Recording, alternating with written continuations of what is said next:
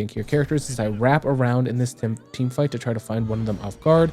The first person I will find will be this Awilix, and I'll be able to quickly dispatch of her using my immense amount of attack damage with some crits.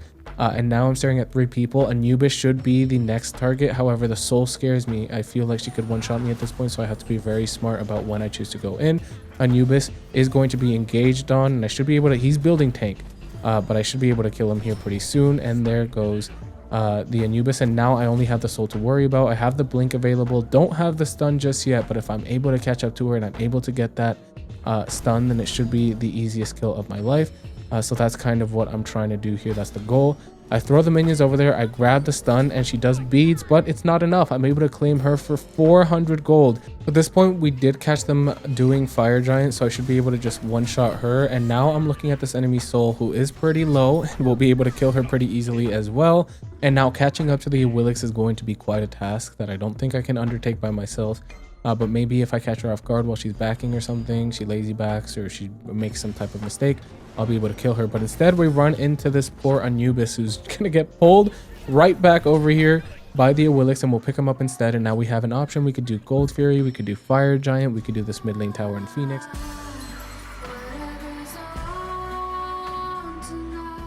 Hello, hope you guys are doing well, and today I'm bringing you some new Wa gameplay. I started the recording a little bit late, but all that you missed was me clearing the waves, so I hope that's fine. But we're playing new Wa in the ADC role, which I believe I already have gameplay of, but the truth of the matter is I love me some new Wa ADC. She's seen some changes from Smite 2, or sorry, from Smite 1 in transition to Smite 2. And those changes have pushed her to a point where she's probably not going to be the best ADC, but she's definitely a decent ADC, and she is a lot of fun as we engage onto the enemy ADC, which is Artemis at this time, laning alongside a Baron Somni. So healers on both sides, a really good ADC because Artemis with Aspect is pretty good. I'm not sure if she has the Aspect actually. She's going to go ahead and use her beads. The Baron will use the shell, and that will get him out of the kind of danger zone, and we'll just come back here and clear the camps with our Afro. Anyways, because I started the recording late, I didn't have that time from, you know, clearing the camps that I would usually use to do the intro, so I'm going to do it now. Hi, how are you guys doing? Wait, why is she stepping up? And then she's walking towards Wave instead of running away. She's dead. No shell, no beads, literally no escape. We're able to pick up that kill for 350 gold. And then just go back to clearing the wave, which is a huge start for the new Wa ADC.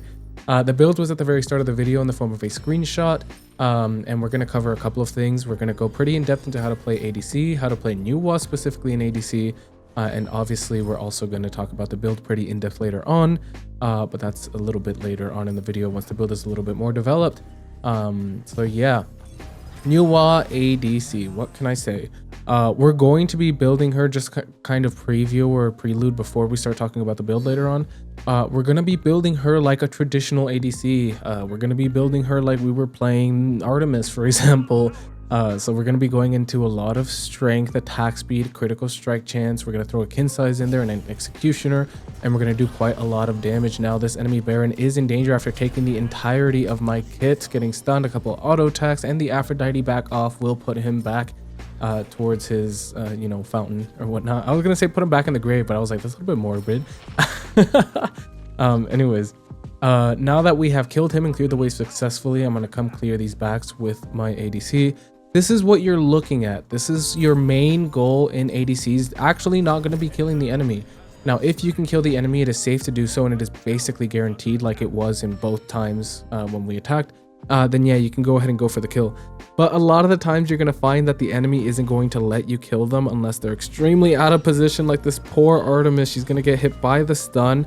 Aphrodite is in position to hit her with another knockback, and one more auto that I was not able to hit would have killed. My ultimate I don't think has enough damage to kill either, so she'll escape at the smallest amount of health, and we'll go back to clearing the wave. But yeah, it's like prime example, to be honest. A lot of the times it's not going to be very easy to kill your enemy unless it's guaranteed. While these jungle camps are guaranteed, right? If you go to this jungle camp, you're going to get guaranteed golden experience, whereas if you waste a lot of resources trying to kill your enemy, then you might. It's not guaranteed. But yeah, if it's an easy kill, then we'll go ahead and use your resources and time to attempt to kill them. Otherwise, really try to focus on these jungle camps. And like you're watching in this gameplay where a lot of these kills are very easy, even if that's the case, you got to try to fall into a cadence of you know, try to go for the kill and then go for a jungle camp. Ooh, we're getting ganked by the enemy jungler, but that is basically all that she does have. So I don't think she has the damage or the cooldowns to be able to kill us. So we should be just fine. I did get rooted, however. I'm just barely able to escape with help from the Aphrodite back off. And now we should be fine. Now this enemy jungler is going to go for our camp, but she's also going to use her abilities on the camp, which is going to allow us to go in and get pretty aggressive with her. Even though we don't have much health, we know that she's going to use her abilities on the camp, so we know that once we show up, she has really nothing to do. So she ended up having to back away, and we were able to successfully save our camp. But yeah, like I was trying to mention earlier, you're going to want to make sure that you're dealing or focusing on these jungle camps. You want to be the one that's clearing them to grab yourself that easy lead. Specifically the like neutral XP, right? The rotating buff camp and the gold camp over to the left is what you want to be focused on over anything. Now the reason, in case those of you are wondering, I'm just quickly going to go over it.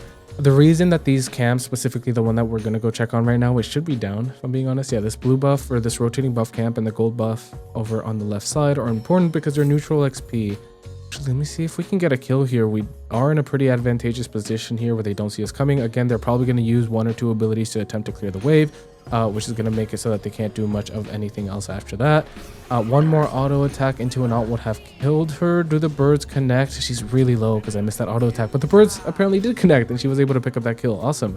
Now our support is getting pulled in by the Baron ultimate, but I don't think that it's going to land in a kill. Matter of factly, I should be able to kill him here.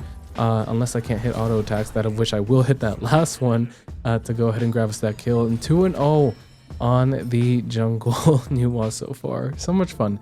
But yeah, the neutral XP camps. For example, if I go clear my purple buff, and just for like the purpose of this example, I get 100 gold and 100 experience. The enemy can be like, okay, she cleared her buff, got 100 golden experience. I'm going to clear my buff and get also 100 golden experience. That transaction ends up being equal. You don't want equal transactions. You want transactions that favor you as we go ahead and ambush this girl. I'm kind of starting to feel bad for her. I missed just about everything, but she did get knocked back. So I just need one more auto. Meaning that Aphrodite will be able to clean up that kill once more. I'm starting to feel bad. And their buff is coming up as well. But yeah, you don't want even transactions. If I clear this rotating buff camp over to my right and get 100 golden experience, the enemy ADC can't say, okay, I'm going to clear my rotating buff camp and get 100 golden experience. No, there's only one of them in this lane. So if you get that, that's going to be golden experience that you're going to be over your opponent for the rest of the game. Now, one time, two times, it might not matter that much, but given the course of a game, if you get multiple of those and also this camp over on the left, the gold camp, those start to add up. When you clear 3 of these and 4 of those, and sometimes you're going to get an opportunity to invade their camps and deny them even more farm all while gaining farm, that's going to end up leading to a 1 to 2 level difference. And that 1 to 2 level difference is going to allow you to have items up above them, stats up above them from leveling up. All this to say, focus jungle camps. I'm sorry I wasted so much time explaining that, but I wanted to make sure that it was crystal clear as to why the jungle camps are so important. As you can see, we are 3 levels ahead over the poor enemy ADC. She is going to go ahead and ult to counter our ult. Baron ult coming out as well, but I do have my ultimate to counter it, and I should just fly back down to safety, no problem there. And now if the enemy Artemis decides to go back in, we have a pretty high chance of killing her. So there's that as well. My blink isn't up. The Baron's being really aggressive on me for being as far behind as they are. He doesn't have an escape. So if he didn't get knocked back, then the minions would have done a lot of damage and I would have eventually stunned him. But the Afro was able to also pick up the kill on the enemy hunter once more. And again, we're going to fall back to clear the speed camp. Why?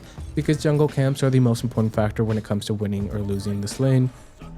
Even eventually, once you have you know, a couple of kills, or once the enemy has a couple of deaths, killing them isn't even worth that much anyways. They're not going to drop that much golden experience after they've died a large amount of time. So even then, sometimes it's just going to be better to clear jungle camps over wasting time trying to kill them, to be honest. But then you also have the factor that obviously if you do kill them, they're just going to miss out on more farms. So obviously if you can get a free kill, it's going to be worth it every time. But also, as you kill them more often, you're going to gain a bounty on you. So if you get a little bit too aggressive and they manage to kill you, they're going to get a big, large sum of gold. it can go up to like 800 gold, which is the equivalent of like 4 or 5 gold furies, which you don't want them to have. But specifically, someone can gank you while you're being aggressive and then grab that gold for themselves. Giving that gold to a jungler is going to be catastrophic. So again, just keep that in mind as we initiate onto her. I should be able to miss the stun apparently, but she will end up using her beats anyways. Her Tusky will come out and be pretty ineffective. And again, the wonderful Aphrodite that I'm laning with will pick up that kill. And now it's starting to look dire for the enemy team. All right, we're back in the duel lane and we're about to have to fight 2 people. I just hope that I have enough damage to delete one of them off of the map before the other one shows up. Looking like that is the case, but he does have his shell available, so I'm gonna have to ult his ultimate to make sure that I don't get pulled in, and then I should be able to finish off the kill pretty easily here. I do have my blink available, my 2. A couple autos will put him in the grave. That last one did do just that. Baron is going to die once again to me, and to be honest, the poor enemy Artemis wasn't much help. I feel like she could have ulted, she could have tried to trap me, she could have slowed me with her 3, but she just kind of sat there and watched.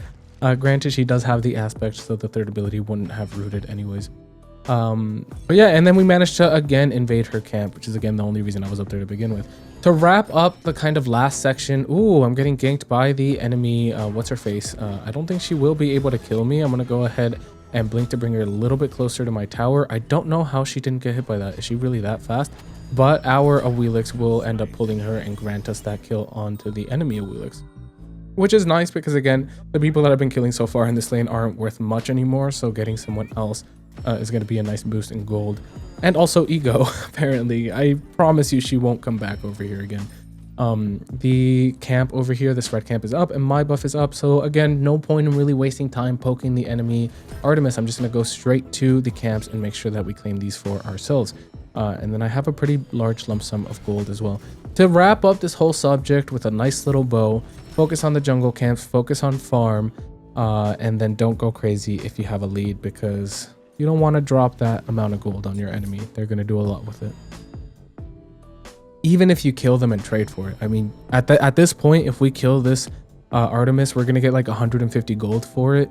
If she kills us in the process, if we tower dive and like die in the process, she will get like 600 gold for it. If I get a couple more kills, if I get 7 kills, it goes up to like, I believe 750 around that area.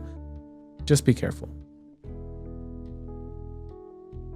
And also someone asked a question on one of my YouTube comments where I was talking about the bounties. If you could just like die to tower and get rid of that extra gold as I engage onto her. Do not hit the stun, but that last couple of auto attacks do a lot of damage and enough to kill her.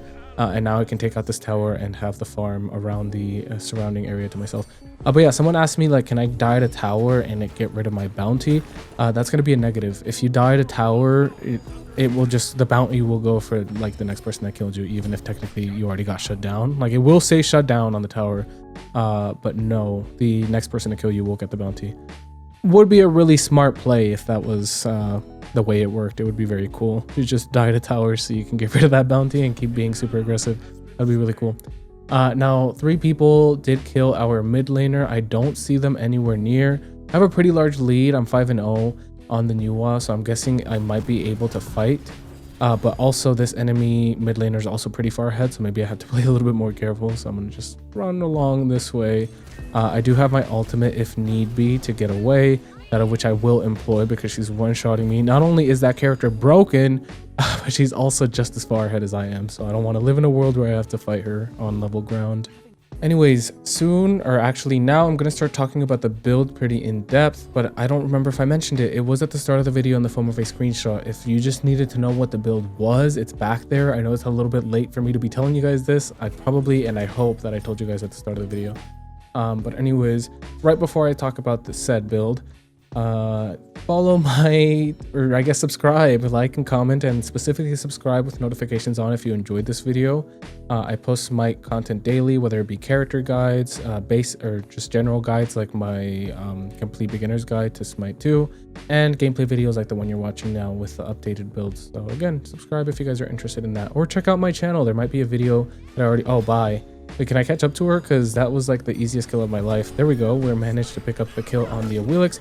And then get ulted by the enemy Artemis, who should be in lane farming. I don't know why she's over here. I'm gonna see if I can maybe kill her in her tower, but I'm starting to feel that I would have just been better off if I went around. I did kill her for 84 gold. Just for reference, this thing gave me 30 gold. So you can start to see how little someone is worth after you kill them a couple of times. So just use that as a reference. And that's not even a big camp. That's like the smallest camp you can get. Gave me just as much as I got from killing her, right? Obviously killing her gave me a little bit more, but again, that's like the small harpy roaming. Any buff camp will give you more experience in gold than killing her at this point. So again, keep in mind, sometimes your resources are better used elsewhere. All right, saw the enemies come over this way. I mean, we're just gonna pick up the free kill on this person. I had 64 gold. I could literally get more from clearing a camp. But I didn't come here to kill her. I came here to kill the rest of her team, but the rest of her team disappeared the minute I got here. So I guess I'm gonna see if I can catch one of them off guard. If not, then there's, you know, a little bit of jungle that I can take around the surrounding area. Here's the soul. She does so much damage, man. She's literally just as far ahead as I am. Which is a little bit scary considering I'm surrounded by the enemy. And again, if I die at this point, I give them somewhere around the region of 800 gold, that of which I don't want to do. So I have to play a little bit more careful than I usually would. I'm going to be able to hit her with pretty good damage and kill her for 216 gold. And now we have this enemy Baron to probably kill as well. We're doing quite a lot of damage. Our attack speed is pretty high. I need one more auto attack, that of which will connect and kill him for a little bit of gold as well. And now this is the prize here.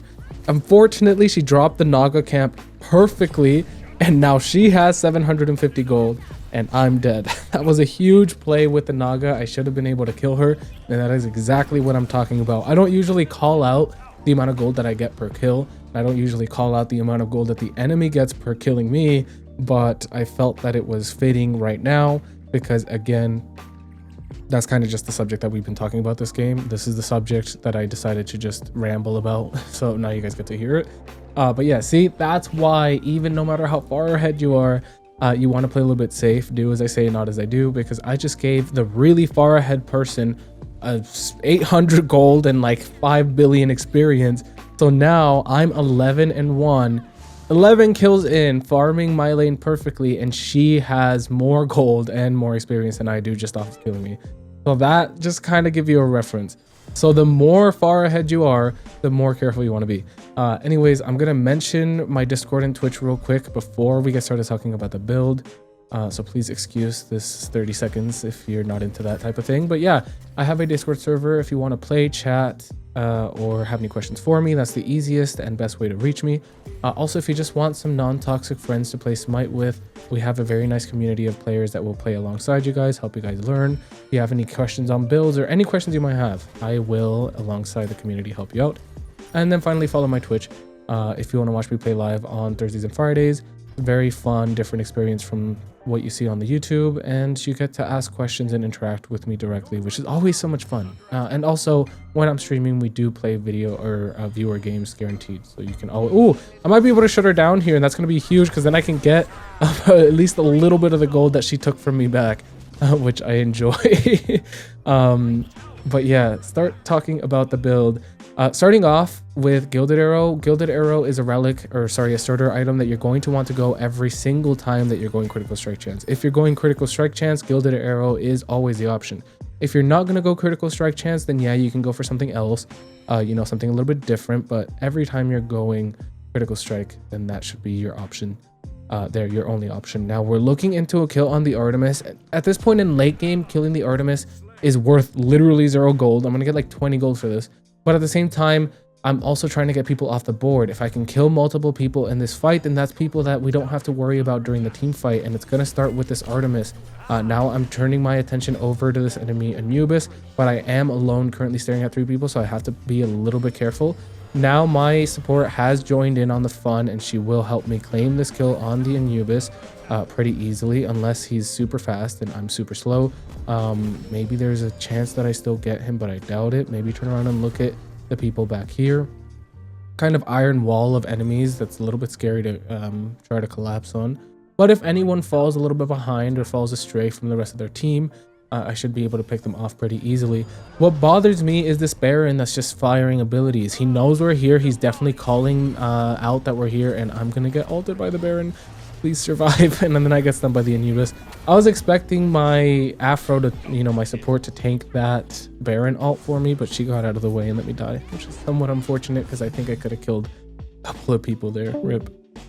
All right, went ahead and ulted so I can gauge the enemy's position, and now that I know that they're nowhere near this Gold Fury, using my minions and the help of my support, I'll be able to clear this pretty easily, and it'll give me quite a long time to talk about the build because I fear we're reaching the end. At any time they might surrender, and I don't want to leave this game without talking about the build because I hate talking about the build after. We already talked about Gilded Arrow. If you're going crit, you go Gilded Arrow. Excuse me. Otherwise, you might still want to go Gilded Arrow because it's really nice. But you can, if you're not going crit, you have options for other things. Dagger of Frenzy, super overpowered early game, especially if you have a lead. Popping that Dagger of Frenzy and hitting all 5 of those autos is an immense amount of damage early, and it often leads to a kill because of just how much damage it does. It's on a low cooldown, so you can constantly be using it. If you grab a kill, it resets. Very aggressive item if you're doing very well. Now, we ran into her, which is unfortunate. She's not the person that I wanted to use my resources on, but if she's going to run into me, then we are going to kill her because we don't want to have to deal with her while we're fighting the rest of her team. This is a bit iffy. I don't have my ultimate. Aphrodite doesn't have her ultimate, so this is big trouble for me, and I probably should end up dying here. But I'm going to speed run the build while I'm dead because I got to take these small moments of quiet because otherwise I'll never get through this build. So yeah. Dagger of Frenzy. Moving on to Braggy's Harp. Braggy's Harp is a very powerful item for ADCs. It gives you attack speed, it gives you strength, it gives you int. And it specifically, the passive is what's really great about it. It gives you a passive that deals bonus damage per auto attack that you hit on your enemy. Now, the bonus damage in and of itself isn't too heavy. It's very good damage to have, but hitting one auto, it isn't going to be, whoa, that's a lot of bonus damage that I just did with Braggy's Harp. But hitting multiple autos, it adds up to be a quite large or a very large number of just bonus damage that you're dealing towards the enemy. After that, and also if you're a character like Medusa, like Cupid, like Neith, or for example Nuwa, who's a character that is hybrid or building hybrid, then it's nice to have both intelligence and strength in one item since you can make use of both. Moving on to the Demon Blade. I said I wanted to go into critical strike chance. This is when we do it. Usually I like to do it either third or second item. I think Braggy's Harp is really, really useful early, so I tend to go that before. But after that, and specifically if I have a large lead, I like to go into that Demon Blade. It's going to start giving you those random crits that are going to not only increase your attack speed, but just greatly surprise the enemy and the burst of damage that you're able to do in a small amount of time. And often you'll find that once you get this item, you might get a free kill just off of that surprise factor of hitting your enemy with a random crit that they weren't expecting. Moving forward, Kin's Blade is going to start to assist you with dealing with some of these tankier characters, such as this Baron Samedi. But also, I find that the bonus damage that you get from this item, even if the enemy doesn't have that much health, is also nice to have. Again, this is bonus damage that is in addition to your Dagger of Frenzy damage, in addition to your Braggy's Harp or Braggy's Harp damage, and finally, in addition, now you also have the additional effect of this item as well. So you have 3 different instances of bonus damage. You can crit, you have a large amount of attack speed, and now you have an avenue to deal with some of the tankier characters as I wrap around in this team fight to try to find one of them off guard. The first person I will find will be this Wheelix, and I'll be able to quickly dispatch of her using my immense amount of attack damage with some crits. And now I'm staring at 3 people. Anubis should be the next target. However, the Soul scares me. I feel like she could one-shot me at this point, so I have to be very smart about when I choose to go in. Anubis is going to be engaged on, and I should be able to, he's building tank, but I should be able to kill him here pretty soon. And there goes the Anubis, and now I only have the Soul to worry about. I have the blink available, don't have the stun just yet, but if I'm able to catch up to her and I'm able to get that stun, then it should be the easiest kill of my life. So that's kind of what I'm trying to do here. That's the goal. I throw the minions over there, I grab the stun, and she does beads, but it's not enough. I'm able to claim her for 400 gold. Killing 3 people with this character just gave me an immense amount of gold. I'm just ulted literally nobody because they're all dead. But we should be able to get the Fire Giant maybe off of this. We're kind of low though, that's my problem. I can't step into the Fire Giant's range unless I get healed. So it's looking like this tower is going to be the next best choice. Unless they don't want to help us with the tower, then I'll probably back. At this point, we did catch them doing Fire Giant, so I should be able to just one-shot her. And now I'm looking at this enemy soul who is pretty low, and we'll be able to kill her pretty easily as well. And now catching up to the Willix is going to be quite a task that I don't think I can undertake by myself. But maybe if I catch her off guard while she's backing or something, she lazy backs or she makes some type of mistake, I'll be able to kill her. But instead, we run into this poor Anubis who's going to get pulled right back over here by the Willix, and we'll pick him up instead. And now we have an option. We could do Gold Fury, we could do Fire Giant, we could do this mid lane tower and Phoenix. The options are endless, and it looks like my team wants to go for this tower. And while the Thor is over there dealing with them on the right Phoenix, the mid Phoenix becomes very easy for us to take. There are only 2 people alive, both of which are going on to the Thor. Now she decides to go on me. I hit her with a 500 health crit. I don't think she's going to be trying to go in on us after getting hit for that amount of damage. My ult won't kill her because I'm not building it, unfortunately. And maybe we're looking at possibly taking out this Phoenix. It's only him. Hopefully they tank this for me and I'll be able to stun him and possibly grab this kill. Thor will. And now this Phoenix should fall pretty easily with little resistance from the enemy team. And I got to start one-shotting this build, or talking about the build, because this looks like the end. I'm going to go ahead and engage and one-shot this Awilix. And now finally, it's this soul that's left. Soul, you are she who remains. It is tasked, or you are tasked with defending against us. And I'm kind of actually, we might not be able to win. That's 3 people up. Let me start talking about the build. I'm going to ignore the commentary. Sorry, but we need to one-shot this build. After the Kins, usually it's around this that you're in the late game and you want to start dealing with some of the tankier characters. I thought I would avoid some of the tankier characters and instead go for Deathbringer. Okay, good. We're not ending. I don't think we could have anyways, but Fire Giant is something that we can definitely do here. So yeah, I went for the Deathbringer instead, and I'm just going to focus on one-shotting the squishier characters. I already have a decent amount of crit by upgrading my starter item and the Demon Blade, so now Deathbringer will allow me to not only crit more often than I was before, but also allow those crits to deal more damage, further enabling that one-shot style of play that you guys have been witnessing thus far. And then after that, I want to fall back and be sure that I can deal with some of these tankier characters. It's taking a little bit too long and too many resources, too many auto attacks to kill someone like this enemy Anubis, like this enemy Baron. Finally, with the Executioner, I'll have the best of both worlds. I can one-shot some of the squishier characters through the critical strike chance, and then I can also deal with some of the tankier characters through, excuse me, the Executioner and Kin size. And that marks the end of the game. I hope you guys enjoyed the video. Make sure to like, comment, and subscribe. Join the Discord, follow the Twitch, and as always, I'll see you in the next one. Love you. Bye.